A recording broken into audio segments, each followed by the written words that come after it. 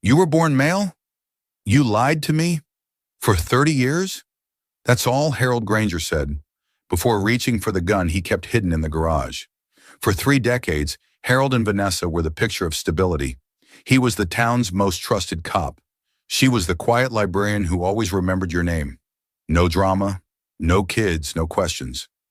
But after Harold's retirement, one old document, one sealed envelope buried in a dusty box, turned his entire life upside down. A name he didn't recognize, a past Vanessa never spoke of, and a truth that shattered everything he thought he knew. He didn't ask for an explanation. He didn't want the truth. He wanted control back. And in a matter of seconds, the man trusted to uphold the law became judge, jury, and executioner. This is the story of Harold Granger, the police officer who loved his wife for 30 years and killed her the moment he learned who she really was. In the small town of Meadow Ridge, where everyone knew everyone and secrets didn't stay buried for long, there was one couple no one ever had to worry about, Harold and Vanessa Granger. Harold was the image of dependability. A local police officer for more than 3 decades, he was the kind of man who arrived 10 minutes early for every shift and saluted with the precision of habit, not performance. He spoke little but with weight. Folks said you could set your watch to the sound of his squad car pulling into the station lot. His presence brought calm, a human metronome ticking through the beat of a predictable life. Vanessa was the opposite in tone, but not in rhythm. The town librarian since the mid-90s, she was gentle, soft-spoken, and always in motion, shelving books, hosting story hours, and recommending paperbacks with handwritten notes tucked inside. She remembered every name, every birthday, and every overdue book fee, though she rarely enforced them. Children loved her. Parents trusted her. Strangers warmed to her in minutes. Together they were a matched pair in stillness. No one had ever heard them raise their voices. No children cried from behind their doors. No police calls, no scandals, no gossip. They held hands at church. They waved during parades. They dropped off pies for neighbors in need. Their house, modest, red brick, tidy lawn, looked exactly how you'd picture a retired officer and a librarian might live. Practical and quiet. They had no children. When asked, Vanessa would smile and say, "It just wasn't in the cards for us." Harold would nod, already looking away. No one pushed further. This was a town where polite curiosity had limits, and the Grangers stayed firmly within them. Their love, or what people assumed was love, wasn't fiery or expressive. It was measured, steady, and as time passed, people stopped thinking of them as individuals. They were just Harold and Vanessa, like one long word passed around at community events and dinner conversations. On Sundays, they sat in the second pew from the front at First Baptist Church. Vanessa wore pastel dresses and small brooches. Harold wore his uniform even after he retired. Pressed slacks, belt tight, boots clean enough to reflect the stained glass light. They rarely spoke more than a few words after service, offering nods instead of conversation. Their lives from the outside seemed frozen in place, untouched by the noise of the world. They had their routines, their space, and each other. Nothing more was needed, or so everyone believed. Beneath that clean exterior, beyond the clipped lawns and polite nods, something had gone unquestioned for 30 years. Something both massive and invisible. The kind of secret that required silence, patience, and deep, relentless restraint. A secret that changed everything the moment it was discovered. Because in Meadow Ridge, nothing ever truly stays buried. And when the truth finally surfaced, it didn't come with shouting or warning. Harold and Vanessa Granger's home sat at the edge of town, just before the tree line swallowed the last stretch of pavement. It was a quiet place. No wind chimes, no barking dogs, no motion-activated lights. Just bricks, shrubs, and drawn curtains. Inside, the house felt like a museum of routine. The kitchen clock chimed every hour on the dot.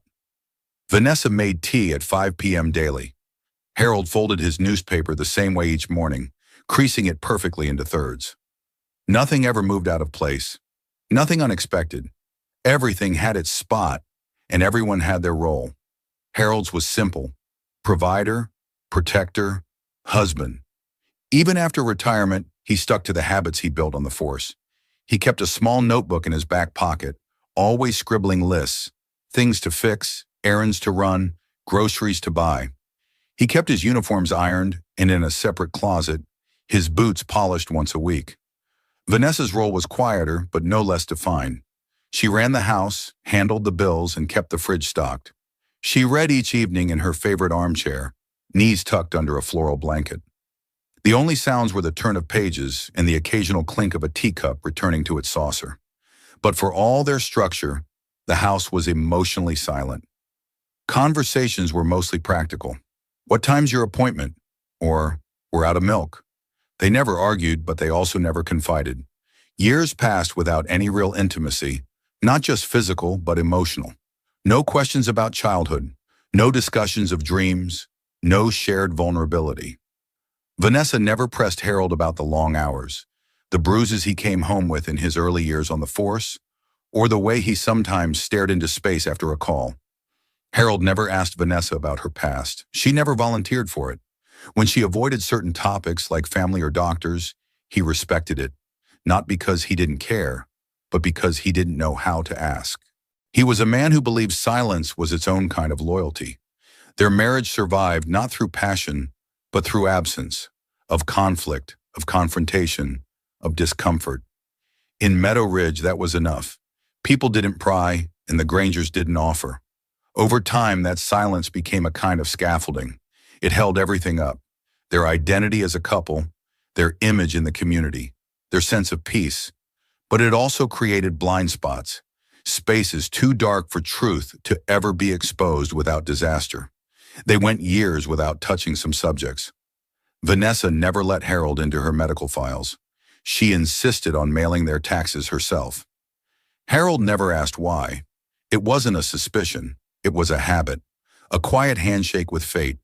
Don't disturb what doesn't cause pain. But silence is not absence. It is pressure, building, growing, waiting. By the time 2022 arrived, they had been married for over 30 years. And though they rarely spoke deeply, both assumed the other would always be there, forever partners in their quiet routines.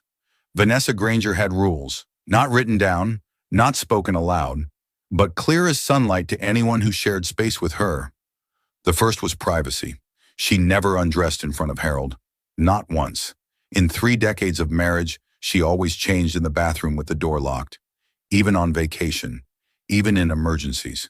She joked it was a Southern modesty thing. Harold, raised in a strict home where boundaries were revered, didn't question it. He respected it, or at least he accepted it. The second rule was about doctors. Vanessa avoided them.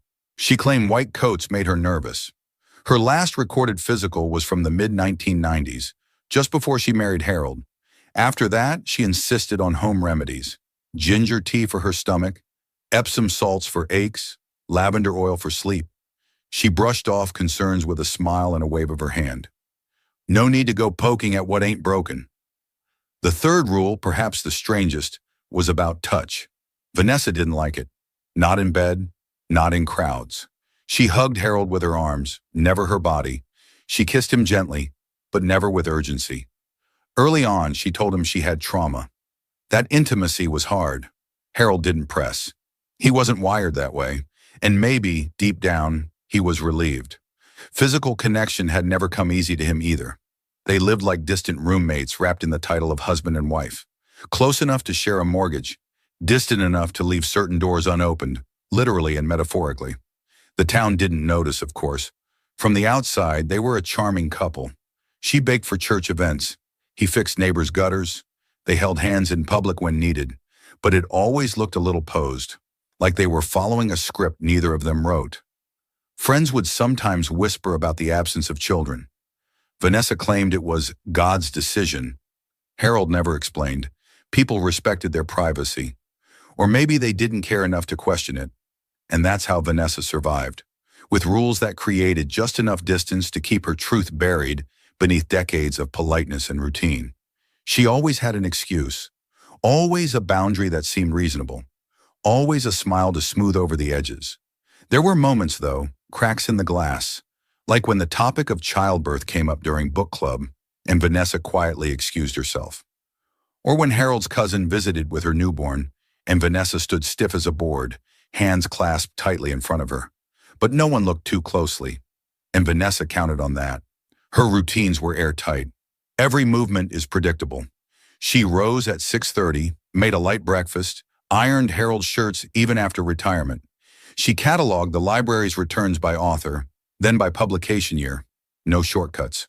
She kept her records meticulous, her conversations safe.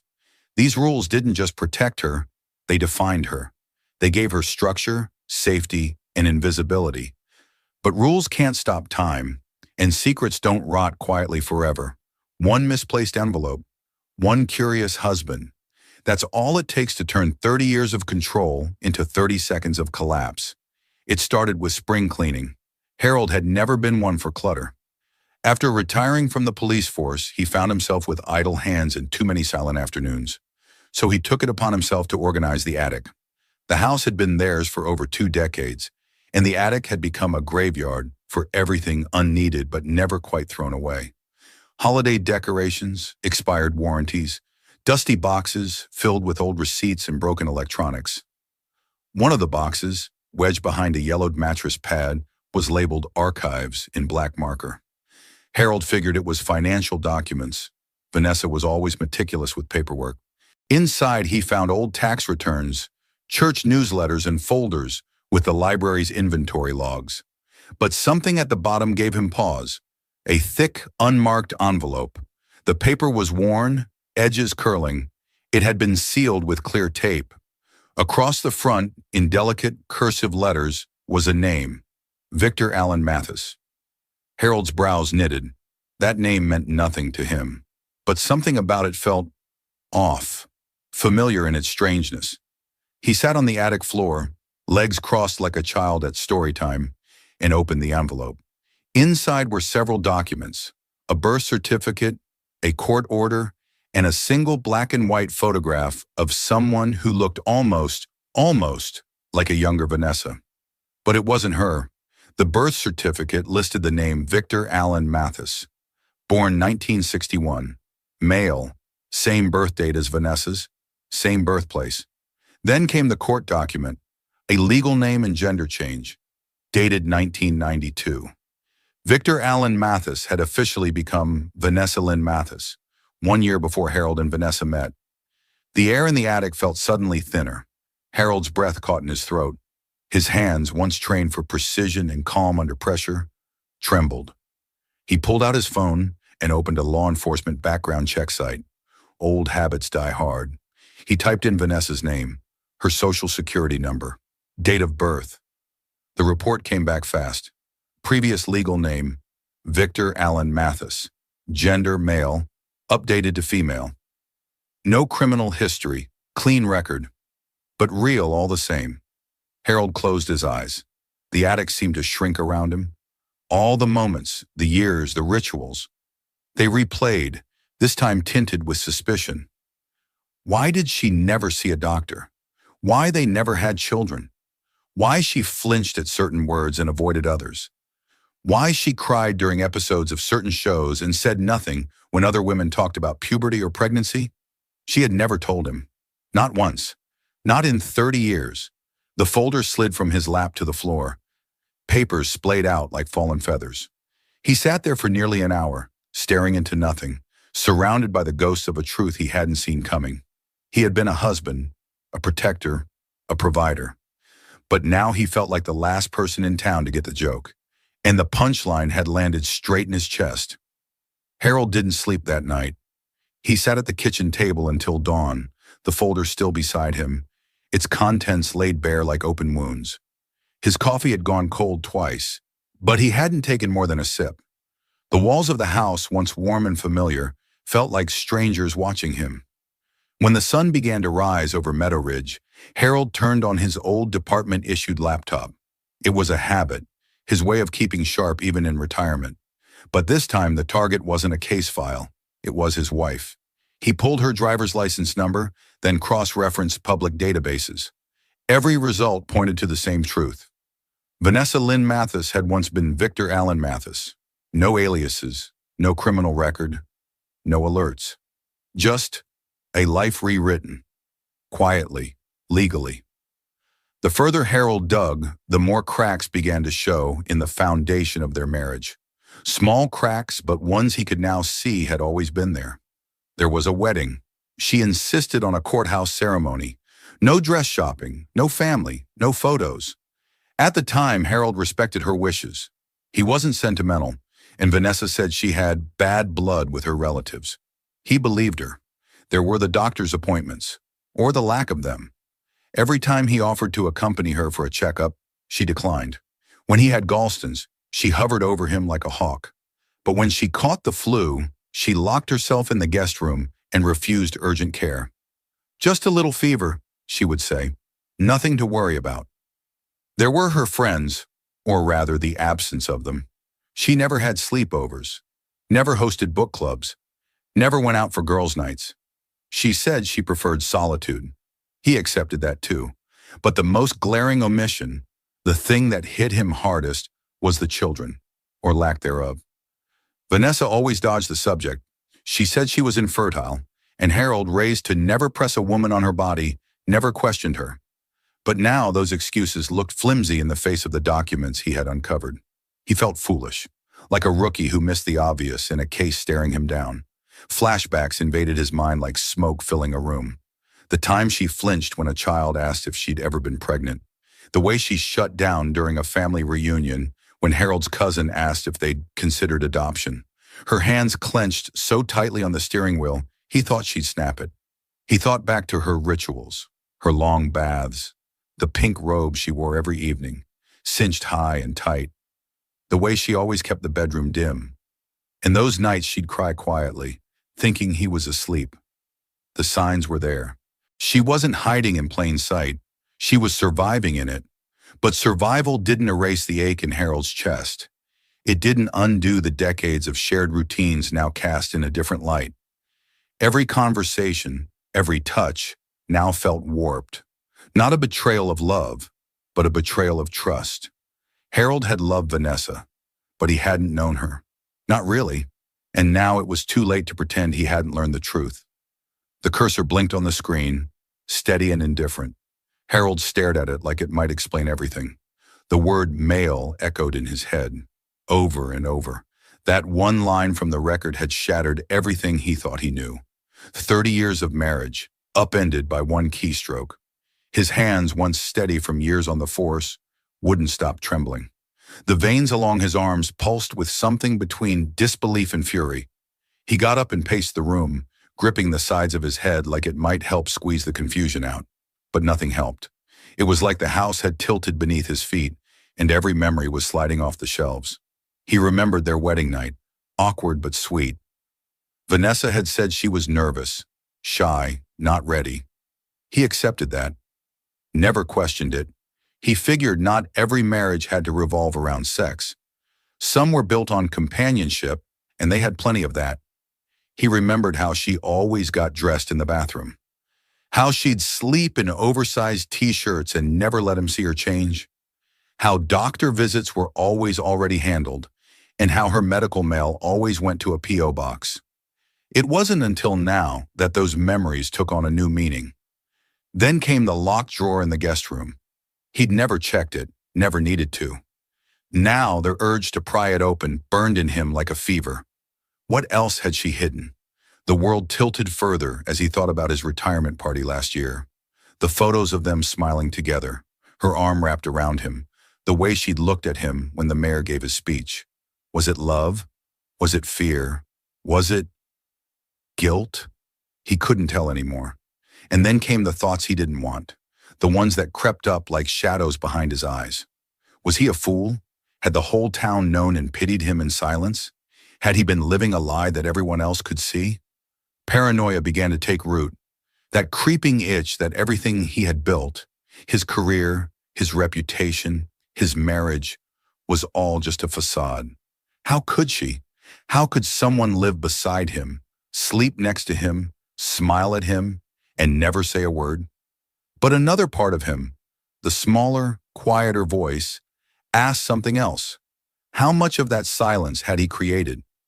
He had never asked, never pried, never looked closer than he was comfortable with. Had he ever truly wanted to know her story? Or was he content with the version that made life easiest? The question twisted inside him like a knife. Outside, the morning sun painted the walls with golden light. The world continued. Birds chirped, tires rolled past. The mail truck made its rounds. But inside, Harold Granger sat alone in his living room, staring through memories that no longer made sense. The world hadn't ended, but he had cracked, and somewhere in the distance he could hear the sound of everything he thought was real, falling. The morning after his discovery, Harold rose before the sun, as he always had. He moved mechanically, wash, shave, coffee. Routine had been his armor for decades, but today the armor felt brittle. He stood before the closet, eyeing the neatly pressed row of uniforms that still hung in order, though he hadn't worn one in over a year. Out of habit, or maybe instinct, he pulled one down and dressed. The dark blue fabric fits like muscle memory, badge polished, belt aligned, sleeves crisp. On the outside, he looked like the man Meadow Ridge had always trusted. On the inside, he was splintering. In the kitchen, Vanessa hummed softly while preparing breakfast, the same way she had for 30 years. She moved with grace, barefoot on the linoleum, flipping eggs like nothing had changed, like she didn't know what he now knew. He took a seat at the table. The scent of butter and coffee filled the air. She placed his plate in front of him, the corner of her mouth lifting in that familiar, quiet smile. "There's a new author visit at the library this week," she said, sliding into her chair. "Young adult fiction. The teens are excited." He nodded once. No words. Vanessa sipped her tea, oblivious, or pretending to be. She talked about the book club's next pick, the weather, a stray cat someone left a bowl out for. Harold just sat there, fork untouched, coffee cooling. His hands were steady now, but his stomach twisted with every word she spoke. Not because of what she said, but because it sounded normal. He studied her face, the soft lines near her mouth, the gray strands threading her hair, the way she always brushed her bangs behind her ear, even when they didn't need to be moved. She was older now, like him, weathered, familiar. But he looked at her, and all he could see was the name, Victor Allan Matthysse. He didn't speak, not once. Didn't trust what might come out if he did. And still, she went on, talking about overdue books and the leaky faucet in the staff bathroom. Her voice was calm, gentle, the same one that used to help him sleep after long shifts, the same one that comforted nieces and nephews when they scraped their knees. But now it grated. Every syllable she spoke scratched at something raw beneath his skin. It wasn't just the lie. It was the ease with which she lived it. 30 years of his life, shared with someone who had hidden something this big. The fork in his hand trembled. He set it down slowly, deliberately, before it clattered. Vanessa paused, looking up. "Everything okay?" He didn't answer. He rose from the table and walked out without a word. Out the front door, down the steps, past the rose bushes she trimmed every week. He sat on the porch bench and stared across the street at nothing. For the first time in a long time, he wasn't sure who he was anymore. Husband, officer, fool, victim. The uniform still fits, but the man inside it didn't. The town library sat like a quiet sentinel in the heart of Meadow Ridge. Red brick, white columns, and a carved wooden sign that read, "Knowledge is freedom." Harold had attended its dedication ceremony 30 years ago. Vanessa had helped cut the ribbon. That morning, she walked through its doors like any other day, keys in hand, cardigan draped over her arm, soft-soled shoes clicking lightly against the sidewalk. Nothing about her stride suggested fear, or guilt, or even a hint that her world had begun to split at the seams. Harold watched from across the street. His truck idled under the shade of a sycamore. The windows cracked, his eyes locked on the entrance. The sun glared off the windshield, but he didn't blink. To anyone passing by, he looked like a retired man waiting on a wife, just a husband lingering near his other half's workplace. But inside, Harold wasn't a husband anymore. He wasn't sure what he was. Detective? Betrayed man? Executioner in training? He replayed the night before, staring at the envelope, the file, the confirmation. Over and over. The ache in his chest hadn't left. If anything, it had rooted deeper. He felt hollow, angry, But beneath it all was a strange sense of shame. 30 years. 30 years of believing he knew the person sleeping beside him, her fears, her rhythms, her laugh. But now was it all an act? Or had he just chosen never to look too closely? Vanessa greeted the staff, opened the drop box, and carried in a stack of returned books. She waved at an elderly man walking his dog, helped a child who dropped a library card. Nothing about her had changed, and that made it worse. No one else knew. The town still saw Vanessa as the librarian, the gentle woman who remembered everyone's name, who organized food drives and holiday readings. To them, she was wholesome, familiar, safe. Only Harold now carried the truth, and it felt like poison. He stared at the building and imagined the conversations happening inside. Laughter, whispers, the daily rhythms of a life she had built without ever telling the man she married who she really was. He wondered if anyone at all knew. Her sister, a doctor, someone from her old life before Meadow Ridge? Or had she erased Victor so completely that even she believed he was gone? The thought chilled him. He looked down at his lap. His off-duty badge sat in his hand, the metal cool against his skin. He hadn't meant to bring it, but maybe some part of him needed the weight, a reminder of control, of duty, of power. He stayed there for hours, watching her shelve books, greet patrons, laugh with the afternoon crowd of high schoolers who came to use the computers. All of it looked normal, but normal was dead, and he was the only one who could feel the rot underneath. When she stepped out at closing time, purse on her shoulder, keys in hand, Harold turned the key in the ignition and drove away.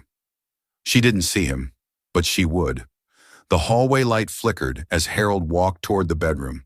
The house was quiet, too quiet for a place that had once been filled with comfort. Vanessa had gone to bed early, claiming a migraine. She didn't say much at dinner, neither did he. Harold's footsteps were heavy, deliberate, like each one pulled something deeper from inside him, something colder, harder. At the end of the hall stood a small wooden cabinet, locked. Inside it, his service revolver. For years, it had been protocol to keep it stored, even after retirement, a habit he never broke. He said it was about safety, discipline. But the truth was, that cabinet symbolized something deeper, a boundary between duty and emotion, work and home, police and husband. Tonight, that boundary meant nothing. He crouched in front of it, hands moving on instinct. The code clicked in his head before he even thought it through. 1987, his academy year. 1992, the year he met Vanessa. 3 digits more. The combination hadn't changed in decades. The lock popped open. He didn't hesitate. The revolver sat in its tray, polished and untouched. Next to it, 1 box of rounds. Clean, unfired. He stared at them like they were relics from a past life. He picked up the gun slowly, feeling the weight settle in his hand. Familiar. Final. He didn't load it, not yet. Instead, he sat down on the edge of the bed, the revolver resting on his thigh. Vanessa's side of the room was as neat as ever. A floral robe hung over her chair. A bookmarked mystery novel lay on her nightstand. The scent of lavender from her evening lotion still lingered in the air. Harold stared at it all. The memories, the comfort, the lie. How many times had he walked this hall believing in something that never existed? How many holidays, how many anniversaries, how many moments built on fiction? His knuckles whitened around the grip. This wasn't about politics. It wasn't about public opinion. Harold didn't think in headlines or debates. What he felt wasn't some loud moral outrage. It was deeper, quieter, like betrayal soaked in decades of routine. He wasn't a man who shouted. He didn't throw things. Never raised his voice even when drunk spit in his face. That was the kind of control he prided himself on. But this broke something he didn't know could break. He placed the gun beside him on the bed, stared at the ceiling. The fan spun slow and steady, as if the world hadn't shifted beneath his feet. Minutes passed, maybe hours. He didn't cry. He didn't scream. He didn't pray. He just sat there, with the weapon, with the weight, with 30 years of a story that no longer made sense. And when he finally stood, He placed the revolver on his nightstand, right beside his wedding photo. Vanessa smiled in that picture, her hand on his chest, eyes bright. Love, or something close, captured forever. Harold didn't smile back. He turned off the light. Tomorrow will come, and it would bring reckoning. Morning brought no peace, just the quiet ticking of a kitchen clock that hadn't been heard in years. Harold had spent the night awake, eyes wide open in the dark. His mind had stopped trying to make sense of what he'd found, and instead focused on something simpler, the act of confronting it. At 6 a.m., he moved through the house like he used to before work, mechanically, as if following a habit carved over decades. But this wasn't my duty, it was an execution. The folder was already in his hand, that worn manila envelope that had detonated the life he thought he understood. Vanessa entered the kitchen a little after 7:30. Same pink robe, same gentle morning shuffle. The corners of her eyes are still soft with sleep. For a moment, she looked at Harold like nothing had changed, like they were the same people from yesterday. That illusion didn't last long. Harold walked into the kitchen, didn't greet her, didn't pour coffee, didn't sit. He simply dropped the file on the table, deliberate, heavy, final. The slap of paper against wood cut through the morning like a gunshot. "Who is Victor?" he asked. The words hung in the air like a blade suspended over glass. Vanessa froze mid-step. Her hands, still holding a carton of eggs, trembled slightly. Her face was drained of color. She didn't need to ask what he meant. Her lips parted. Her voice tried to rise, but cracked before it formed. Then a whisper. "I was going to tell you. I was. Just not like this." No other words followed, and Harold didn't offer any either. The room didn't explode with rage. It compressed. The silence became dense, suffocating. Vanessa set the eggs on the counter with care, as if her movements could restore balance. But balance was no longer an option. Harold stared at her, not with wild anger, but with something colder. Disbelief, betrayal. His posture said everything he didn't need to, that she had crossed a line that could never be uncrossed, that everything familiar had suddenly become alien. He had always believed he understood her. Maybe not in grand romantic ways, but in rhythm, in presence, in the unspoken loyalty they shared. But now those memories twisted under the weight of this new truth. Her absence from family reunions, her refusal to discuss the past, the locked drawer he never questioned. It wasn't just deception, it was architecture, a whole life built to look like something else. Vanessa stood still, barely breathing. The room felt colder with every second. Her eyes flicked between the folder and her husband's face, but found no mercy in either. She opened her mouth once more, but closed it again before a word could emerge. Some truths were past explanations. Harold didn't shout. Instead, he turned without warning and walked out of the room. The door slammed moments later, not violently, but with intent. A line drawn, Vanessa was left with only the sound of the fridge humming behind her and the birds chirping faintly through the window. She moved slowly to the table and opened the folder. Inside, the photocopied documents stared up at her in stark monochrome. Victor Allan Matthysse. Male. Transition approved. 1992, the same year they met. She rested her fingers on the edges of the paper. Not to smooth them, but to steady herself. Her past, once a secret she thought she could carry forever, was now exposed, dissected, undeniable.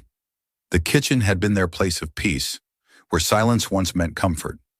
Now it was a war zone, thick with what hadn't been said and what could never be undone. The house felt like it was holding its breath. Every tick of the wall clock stabbed into the stillness, louder than it had any right to be.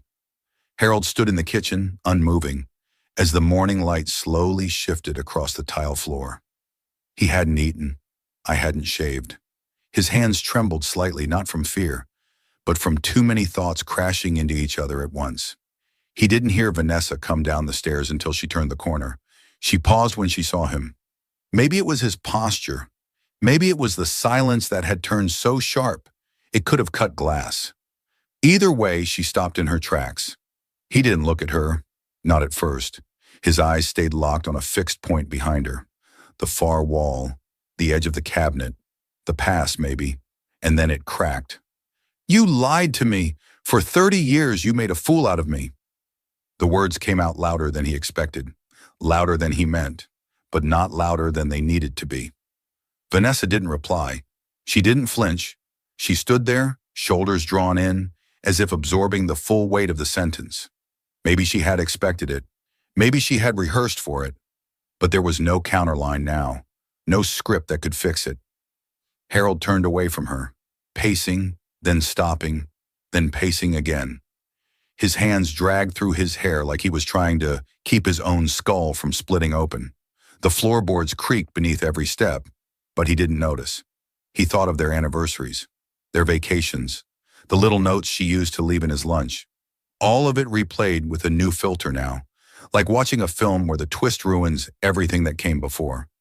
She tried to reach for him, not with her hands, just with her presence, moving closer, carefully, without a word.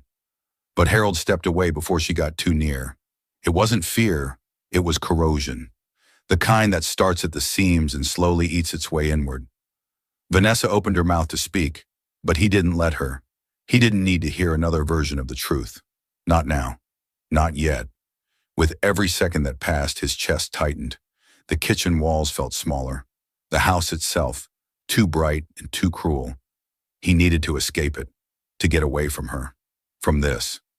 He walked out of the room, his footsteps loud and final, crossing into the hall and disappearing behind the garage door. The click of the lock came a moment later. Inside the garage, the air was stale, cool, the kind that wrapped around the skin and reminded him of every winter spent in silence after funerals, after bad news, after empty victories. He sat down on the floor without thinking, back pressed to the cold concrete wall, the door locked behind him. Hours passed like that. The silence thickened. The storm of betrayal churned quietly inside him. He didn't come out, and she didn't knock. Vanessa didn't sleep. The couch was stiff, her neck sore, and the blanket wrapped around her shoulders did nothing to quiet the dread blooming in her chest. Every creak in the house made her flinch, but the house remained still. No footsteps, no sounds from the bathroom or the kitchen. Harold hadn't moved from the den. By dawn, the air felt colder than the night before. She sat up slowly, muscles aching from staying frozen too long. In the kitchen, she turned on the coffee maker out of habit. The scent of brewing grounds was faintly comforting, but even that felt too quiet, too thin.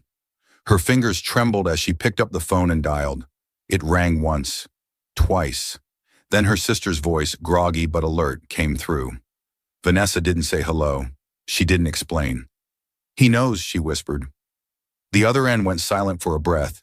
Then her sister's tone changed completely. "You need to leave, Nessa. Right now." Vanessa listened without responding. "You can come here. You don't even need to pack. Just get in the car." But she couldn't. Not because she didn't hear the urgency. Not because she doubted her sister's concern. But because she couldn't imagine a life where Harold wasn't there. Where she didn't hear him flipping the newspaper in the morning or letting out that small sigh as he sank into the couch after mowing the lawn. Even now, even after the fury in his eyes, her mind reached for the man she had loved, hoping, foolishly, that he was still in there somewhere. After the call, she stood at the counter for a long time, her phone still in her hand. Then she moved like clockwork. She packed his lunch like she had for years. Sandwich, apple, folded napkin. She placed it near the front door without a word. That evening, she started dinner early. Meatloaf, mashed potatoes, green beans. Everything just the way he liked it. She moved quietly through the kitchen, cleaning as she cooked, straightening the salt shaker, aligning the silverware. She changed into a blouse she knew he'd liked once, brushed her hair until it looked composed, lit a candle at the center of the table. It was all muscle memory, an echo of their old routine. By 8 o'clock, the food sat on the table, steaming, but Harold didn't come. By 8:30, the potatoes had cooled, and the wax of the candle began to drip. By 9, she still sat there, staring at the front door, waiting for footsteps that never came. Her body didn't move, but inside something was shifting, quietly, terribly, like the edge of a dam beginning to crack. It wasn't just about love anymore, or even betrayal. It was about the unknown waiting on the other side of this silence. The food remained untouched, the house still, and for the first time in years, Vanessa couldn't tell if she had just lost her husband or something far more final. Just after 9 p.m., Harold walked in, quiet as ever. His footsteps were soft against the hardwood floor, each one deliberate. The house smelled of meatloaf and candle wax, the scent lingering in a way that felt both familiar and hollow. The lights were dimmed, the table was set, everything looked like it had for decades, except nothing was the same. Vanessa looked up from the dining table. "Can we talk?" She sat with her back straight, hands folded in her lap. The napkin she had placed under Harold's plate was perfectly aligned. The meatloaf had cooled, but the mashed potatoes still held their shape. Her face was composed, but her eyes betrayed her. Harold didn't answer. He didn't remove his coat. He didn't glance at the food. He didn't pause to reflect or hesitate. He raised the gun and fired once. No warning, no second shot. The sound rang through the house, short and sharp, so clean it could have been mistaken for a dropped book or a kitchen mishap. But this was no accident. Vanessa's body slumped forward over the table, her cheek landing softly against the plate. The flame from the candle near her flickered twice, then extinguished itself. One plate moved slightly, nothing else. Harold didn't run. He didn't touch her hand. He didn't call her name or check for breath. He turned around, placed the revolver gently on the counter, and walked outside. The porch light was already on. He sat on the wooden bench they used to share in the summers and dialed. "I just shot my wife," he told the 911 dispatcher. Then silence. He remained seated, unmoving. A faint breeze rustled the leaves in the yard. A neighbor's dog barked from somewhere down the block. Inside, the house remained still. When the officers arrived, they found him right where he said he'd be. Hands visible, calm, detached. Inside, nothing was out of place. Vanessa's body was found exactly where the bullet had dropped her. No sign of a struggle, no overturned chair. The food was warm, the candle melted halfway down, the silverware aligned like always. The only disruption in the scene was the hole in her blouse and the blood spreading into the linen beneath her. The officers secured the revolver, logged the time, and began documenting the scene. There was no suicide note, no evidence of a fight, no indication that Harold had planned to flee. At the station, he didn't resist. He gave no defense, no tears, just a single phrase when asked for motive. 30 years. The detectives wrote it down, but he offered nothing more. Back in Meadow Ridge, news traveled fast. Neighbors awoke to police tape and flashing lights, then to headlines that framed it all with a kind of shock that small towns aren't built to handle.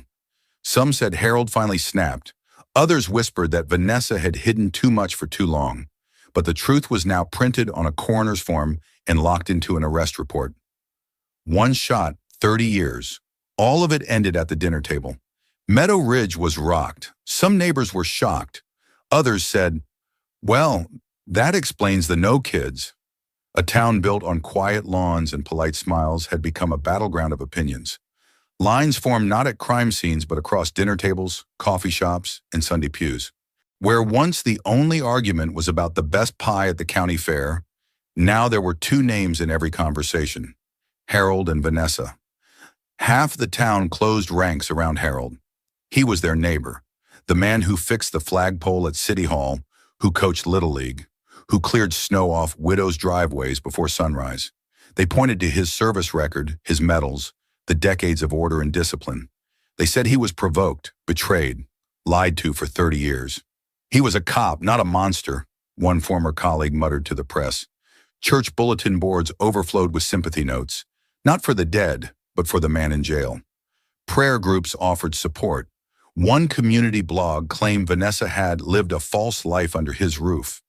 Even strangers online weighed in, calling it a case of emotional entrapment. But not everyone saw Harold as a broken man. The younger crowd, the ones who grew up attending library story hours, who knew Vanessa not as a mystery but as a gentle guide, responded with disbelief and fury. To them, she was never a lie. She was at literature fairs, winter coat drives, and whispered advice after school. The high school's student-led memorial was covered in hand-drawn signs. One said, "She gave me my first book." Another, "She let me be myself." Local news tried to spin it both ways. Was this deception or identity? Commentary segments ran side by side. One anchor highlighted Harold's betrayal, framing it as a psychological break. Another questioned why Vanessa had hidden such a fundamental truth for so long. But others challenged that framing altogether, noting that identity isn't always a simple choice, especially in a town like Meadow Ridge. Under the weight of headlines, old tension surfaced. A nearby church split after a sermon framed Vanessa as a test of God's will. Half the congregation walked out. The library became both a shrine and target. Bouquets piled up on the steps, lilies, roses, handwritten poems. But taped among them were harsh, angry notes. "Liar. She tricked him. This isn't a hate crime, it's betrayal." A local radio show called her a symbol of cultural confusion. A national podcast called Harold, the Face of Unchecked Male Fragility. A town hall meant to promote healing ended in shouting and slammed chairs. One voice called Vanessa a manipulator. Another shouted back that she was a survivor in a place that wouldn't have accepted her otherwise. But beneath the opinions was a fact. A woman was dead, and a man pulled the trigger. No one talked about 30 years of silence, of fear, of building a life knowing it could all fall apart with one sentence. In Meadow Ridge, there was no resolution, only grief and sides. The investigation into Vanessa's death unfolded with clinical efficiency, but nothing about it felt routine.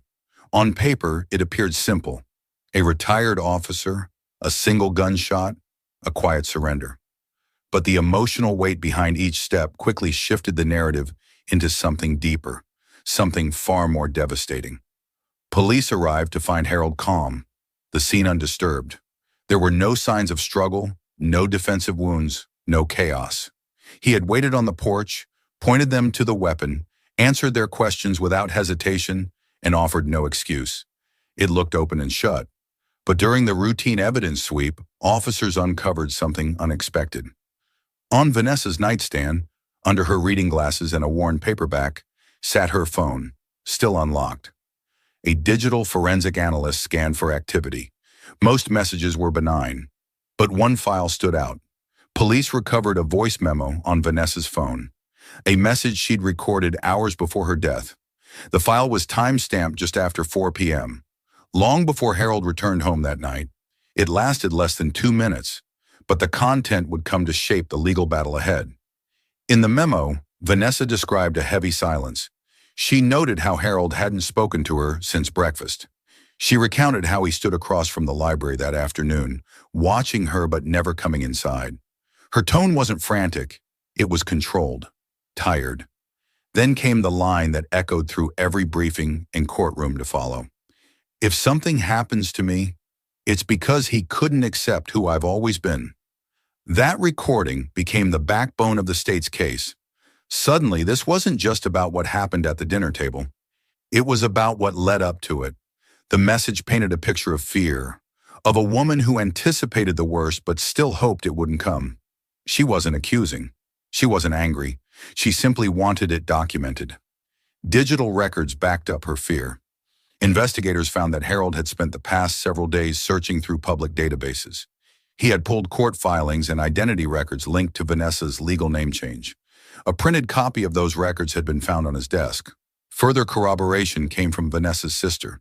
She told detectives that Vanessa had called her the same day she died. The tone was anxious. She confided that Harold had found documents she had long buried, that he hadn't said a word to her since, that he didn't yell or threaten. He simply vanished emotionally, closing himself off. With the voice memo, the digital trail, and the behavior pattern, the prosecution upgraded the charge. First-degree murder, not a crime of passion, a premeditated act. The courtroom sat still as the voice memo played during trial. Vanessa's voice trembled, but never cracked.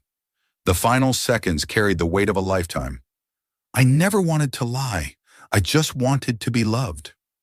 For the jury, it was no longer just about one bullet. It was about years of silence, of hiding, and the breaking point that came too late. Harold kept his eyes down, unmoved. But her words moved the state and sealed the case. The trial of Harold Granger began under the heavy weight of local and national attention. Meadow Ridge had never seen anything like it. A respected former police officer on trial for murder, his victim a beloved librarian, and a secret that turned their entire marriage into a national talking point.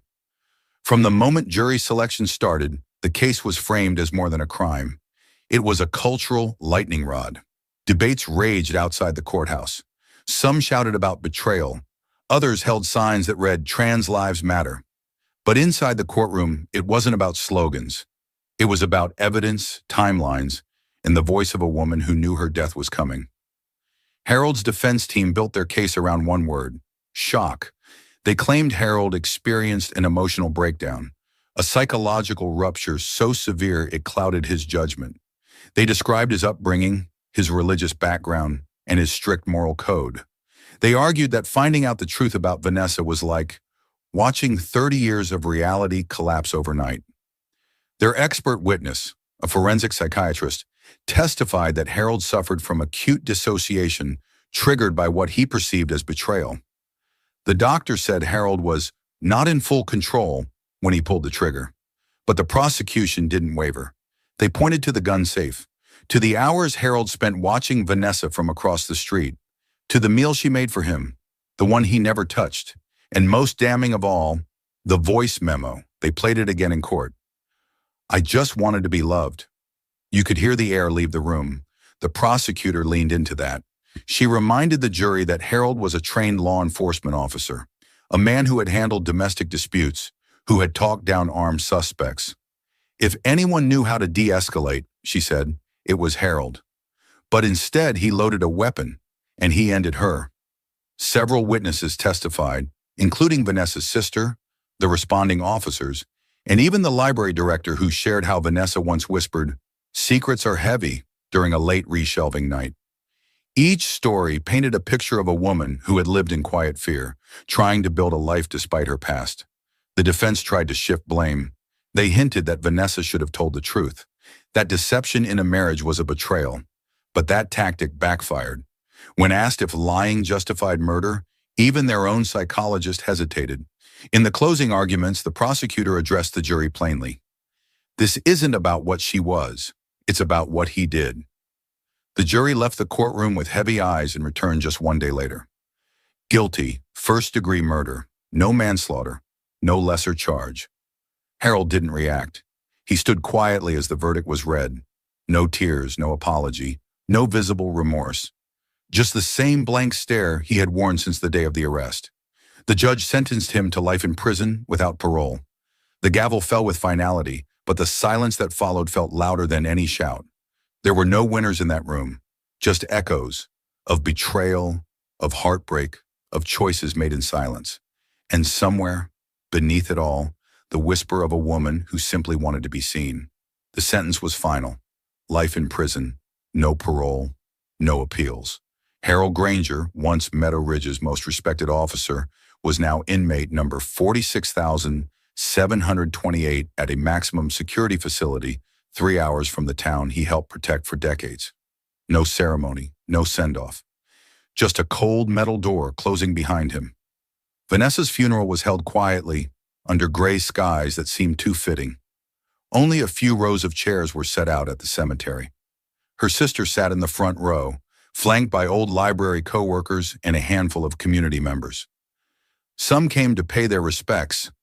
Others came out of guilt for not asking more, not looking deeper, not noticing the cracks in her life. The town was still split. Some whispered that Harold had snapped because of a betrayal no man could bear.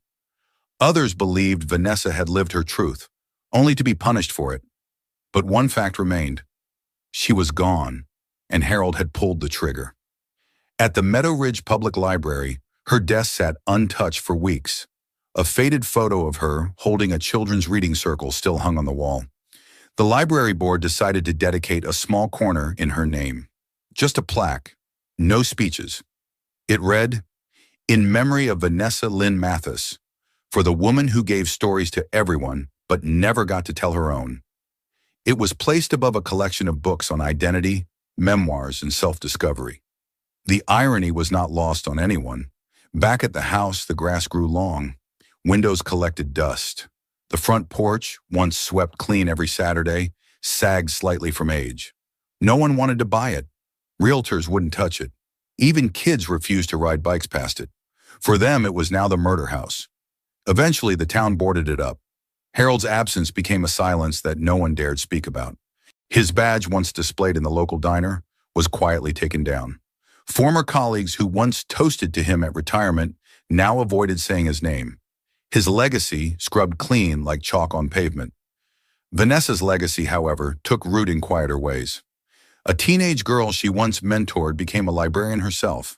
A boy she tutored in 3rd grade placed first in the state's spelling bee and wrote "For Miss Vanessa" on his entry form. Her presence lingered, not loud, not vengeful, just quietly persistent.